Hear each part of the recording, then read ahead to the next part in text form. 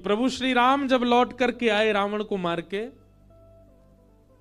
तो जनक जी महाराज ने एक पत्र लिखा और पत्र लिख करके राम जी से कहा कि हे जामाता जी, हे दामाद जी, 14 वर्ष बाद आप वन से आए हो।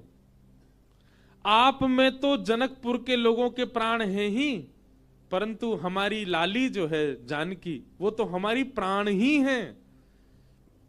समस्त जनकपुर वासी आप दोनों युगलों को कुछ दिन के लिए जनकपुर बुला रहे हैं कि आप कुछ दिन आराम करने आओ। 14 वर्ष वन में रह के आए हो, और आप अकेले नहीं आवे, अपने तीनों भैयाओं को, तीनों लालियों को और अपनी समस्त सेना हनुमान जामवंत सहित सबको लेकर के आप जनकपुर आइए कुछ दिन आराम करने। हमको कुछ दिन सेवा करने दो, आपकी मेहमान नवाजी करेंगे आपकी।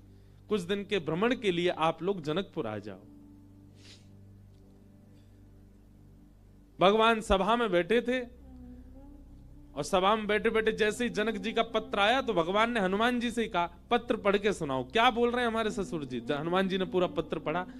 बोले, भगवान, हे प्रभु श्री राम, आपको, पूरी सेना को, हमारी मैया को, तीनों भैयाओं को, तीनों भाभियों को, सबको जनक जी बुला रहे हैं जनकपुर कुछ दिन आराम के लिए। सबरे बंदर उछलने लगे। बोले, जय हो, बढ़िया भयो, अब आनंद आएगा, जनकपुर में जाएंगे, हम सब अपने हाथ पांव दबाएंगे। बहुत युद्ध करके आए रावणों से, रावण की सेना से, और बढ़िया मालपुआ खावे को मिलेगो। राम जी की बारात में तो हम नहीं जा पाए थे, पर बारात की चर्चा हमने सुनी थी। वहां तो भैया बड़े पकवान बने थे, हम सब जाएंगे। ब्राह्मण सारे बानर इतने ज्यादा उत्सुक हो गए, हम सब जाएंगे। बानरों की उत्सुकता देख करके राम जी बोलो, शांत हो जाओ भैया। अब भाई देखो, हमारा निर्णय यह है कि जनकपुर हमारी ससुराल है, और कहीं भी नाक कट जाए चलता है, पर ससुराल में हमारी नाक ऊंची रहनी चाहिए। और इन सब बातों को ध्यान में रखते हमारे मन में आया कि हम जाएंगे, भरत जी जाएंगे, लक्ष्मण शत्रुघ्न जाएंगे, चारों बहुएं जाएंगी, कुछ वरिष्ठ लोग जैसे जामवंत जी, हनुमान जी, अंगद जी आदि आदि कुछ वरिष्ठ लोग जाएंगे।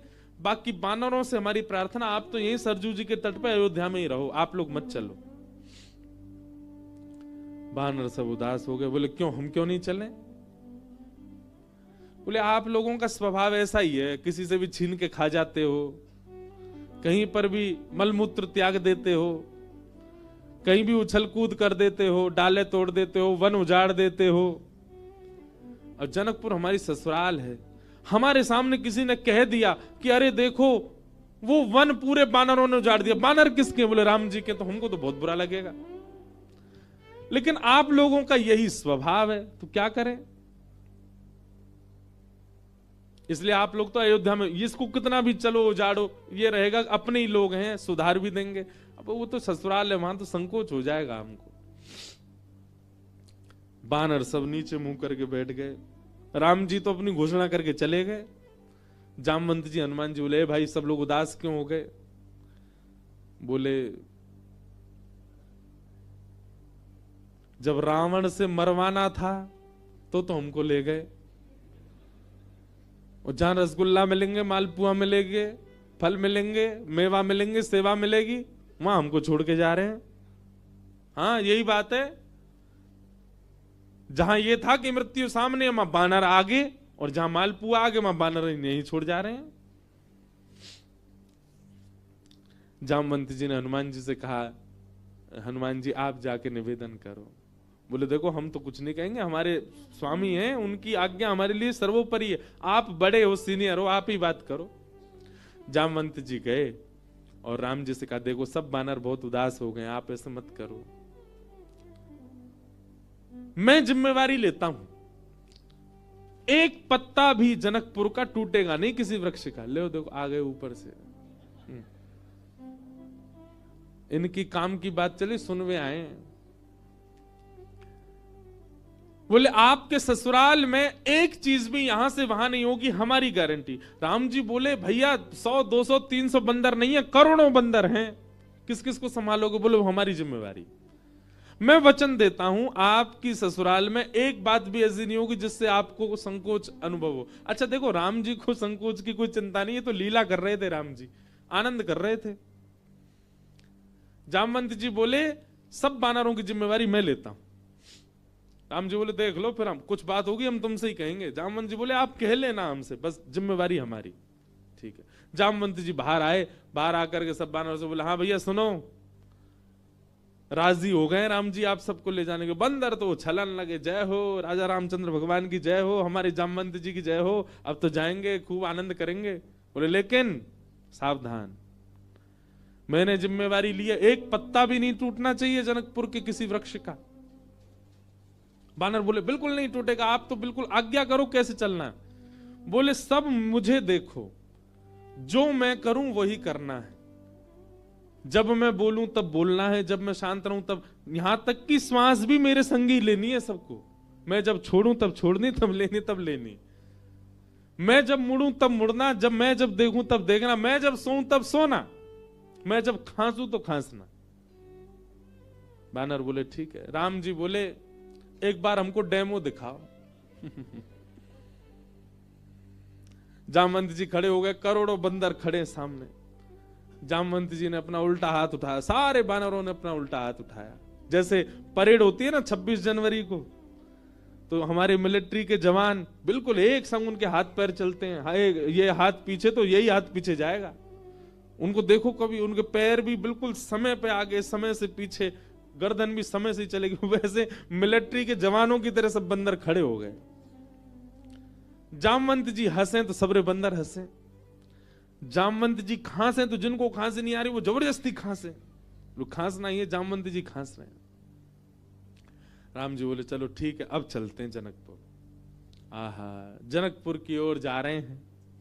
14 वर्ष बाद वन से लौटने के बाद, राज्याभिषेक के बाद राजा रामचंद्र भगवान पूरे नगर में उत्सव मनते जा रहे हैं। जहां जहां से निकलते हैं वहीं पुष्प वर्षा हो रही है, विशाल सेना राम जी की चल रही है। पर इस पूरी यात्रा का सबसे श्रेष्ठ केंद्र बिंदु, आकर्षण बिंदु था बानरों की परेड। बिल्कुल ऐसे चल रहे हैं सीधे। जामवंत जी इधर देखे तो सब बानर इधर देखे, जामवंत जी नीचे तो सब नीचे, जामवंत जी खुजा में तो सब खुजा में। जैसे ही जनकपुर में पहुंचे, राम जी की सब बलैया लेने लगी अटारीन से। हमारे पहुना आए, हमारे जमाई राजा आए। सबके नेत्र सजल हो गए। पर पूरे जनकपुर में जैसे ही बानरों ने प्रवेश किया, आहा, बानरों की ऐसी प्रशंसा, भैया कैसे सुधरे भाई। अच्छा, जामवंत जी ने सबके काजे वस्त्र भी सिलवाए थे। सब बानर बिल्कुल बढ़िया, ऊपर को आधी बगलबंदी सी पहन के, नीचे धोती सी पहन के, टोपा से पहन के चल रहे थे। कैसे, मैं तो चिंतन करता हूं कैसे लग रहे होंगे सब। हम बंदरों के बीच में ही रहते हैं ना वृंदावन में। महाराज आरती का थाल ले लेकर के जनकपुर की सब नारियां आरती कर रही हैं, पर बानर नहीं उनकी ओर देखें भी। जब जामवंत जी देखेंगे तभी देखेंगे। जनक जी महाराज ने स्वागत किया और स्वागत करके खूब प्रेम से वार्ता हुई। ऊपर बोले भैया पूरे जनकपुर में हल्ला है आपके बानरों का, कैसी सेना। लग रहा है देखते ही बनता है कि यही बानर मार सकते हैं रावण की सेना को। इतने शिष्टाचारी, इतने गंभीर। देखो इतनी बड़ी सभा में करोड़ों बानर बैठे हैं, पर सुई गिर दो तो उसकी आवाज भी आ जाएगी। Pin drop silence. दूर बैठे जामवंत जी सिर हिलावे, सब बानर करें हाँ। अब आप बहुत दूर से चल के आए हैं, सबकी प्रसाद की व्यवस्था है। हाँ भाई, सब बानरों के आगे चौकी लगाओ। पहली बार बानर चौकी पे बैठ के पाएंगे। चौकी पे बैठ गए, चौकियों के आगे दूसरी चौकी, चौकी के ऊपर सोने की थाली, चांदी की कटोरी। आहा, क्या बढ़िया। सब बानरों की थाली, पहली बार बानरों के आगे थाली लगी है। लेकिन बानर थाली में नहीं देख रहे हैं, सब जामवंत जी को देख रहे हैं। पनीर की सब्जी आई, काजू की सब्जी आई, ये सब्जी आई, मिष्ठान आए, पूड़ी आई, 5 प्रकार की पूड़ी आई, रोटी आई, चावल आए। बानरों का स्वभाव क्या है, आप केला भले ही हाथ से दो लेकिन फिर भी छीन के ही लेगा।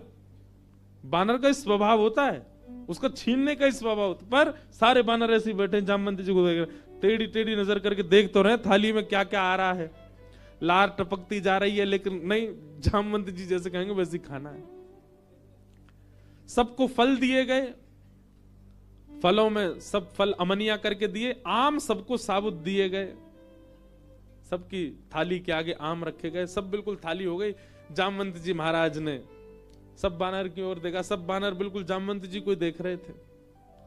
जामवंत जी ने हाथ में जल लिया, अन्नपूर्णे सदा पूर्णे, सब बानर बोल रहे अन्नपूर्णे सदा पूर्णे। थाली के ऊपर 4 बार घुमाया, सब बानर घुमा रहे हैं, आचमन किया, सब बानर आचमन कर रहे हैं। जनक जी बोले राम जी मान गए आपकी सेना को, क्या अद्भुत बानर है सब। राम जी बेचारे धीमे धीमे पा रहे, बोले बस ये लाज बची रहे जितनी देर है।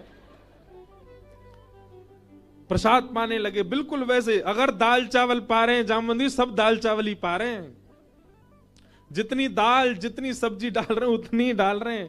अद्भुतता थी देखने में। थोड़ी देर पाने के बाद जामवंत जी की दृष्टि पड़ी आम पे, जैसे ही आम उठाया सब बानरों ने एक संग आम ही उठाए। जामवंत जी घुमा के देखें, सब बानर घुमा के देखें। जामवंत जी ने जोर से आम दबा के देखना चाहा कितनी गुठली है इसमें।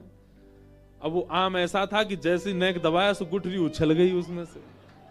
अब जैसे ही गुठली उछली तो सब बानर दोनों हाथन से दबाई रहे, वो गुठली उछलनी चाहिए क्योंकि जामवंत जी की गुठली उछली है। अब सब बानर जैसी आम दबा में सबकी गुठली उछली। गुठली के उछलते ही जामवंत जी बोले इन हाथों से मेघनाथ निकल के नहीं भाग पाया, इन हाथों से रावण निकल के नहीं भाग पाए, छोटी सी गुठली भाग गई। और जामवंत जी जैसे ही उछले गुठली पकड़ने को, बानर बोले हमें भी ऐसे ही पकड़नी है, और एक दूसरे के ऊपर झपट्टा मारे। महाराज या पकड़, कहीं कड़ी उछाल रहे हैं, कहीं दाल उछाल रहे हैं, पूरी उछाल रहे हैं। जनकपुर की पूरी सभा जो कि स्वर्ण मंडित थी, जो कि चांदी से मंडित थी, आज वो खीर मंडित हो गई। सब जगह कड़ी खीर उछाल उछाल करके पूरी सभा का लेपन कर दिया। राम जी नीचे नजर करके बैठे। अब तो बानरों को खुली छूट मिल गई, एक दूसरे की थाली में से ले लेके भागे। 2-4 बानर तो जनक जी की थाली उठा के भाग गए। जनक जी देखते रहे और देखते ही देखते जनक जी की दृष्टि पड़ी राम जी को। राम जी बड़े संकोच। जनक जी समझ गए ये तो भैया पूरा प्री प्लान्ड था कि सीधे सीधे चलना है, सीधे सीधे खाना है। नहीं, बानर अपना स्वभाव कैसे छोड़े।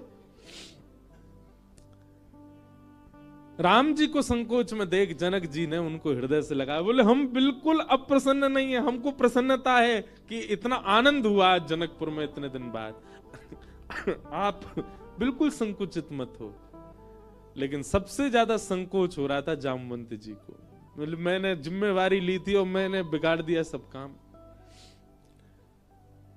जब जनक जी को राम जी को हृदय से लगाते हुए देखा तो जामवंत जी के मन में आया मैंने बहुत बड़ा अपराध कर दिया। आज जितने प्रेम से राम जी अपने ससुर जी को हृदय से लगा रहे हैं, हे भगवान मेरे अपराध का पीड़ा जो मेरे चित्त में है वो तभी दूर होगी जब इतने प्रेम से ठाकुर जी मुझे भी अपने हृदय से लगाए।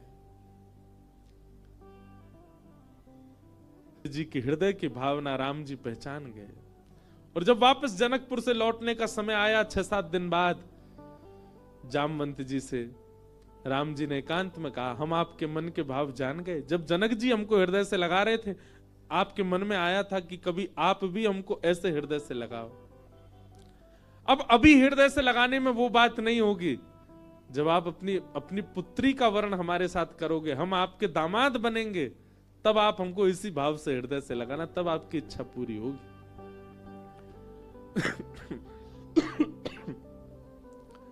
जामवंत जी को 1 युग तक प्रतीक्षा करनी पड़ी और 1 युग बाद आज वही राम जी जब कृष्ण बनकर के आए, जामवंत जी ने अपनी पुत्री जामवती का विवाह भगवान के साथ किया। बोलो जामवती रमण भगवान की। ऐसे हमारे ठाकुर जी हैं। तीसरा विवाह भगवान का सत्यभामा के साथ में हुआ।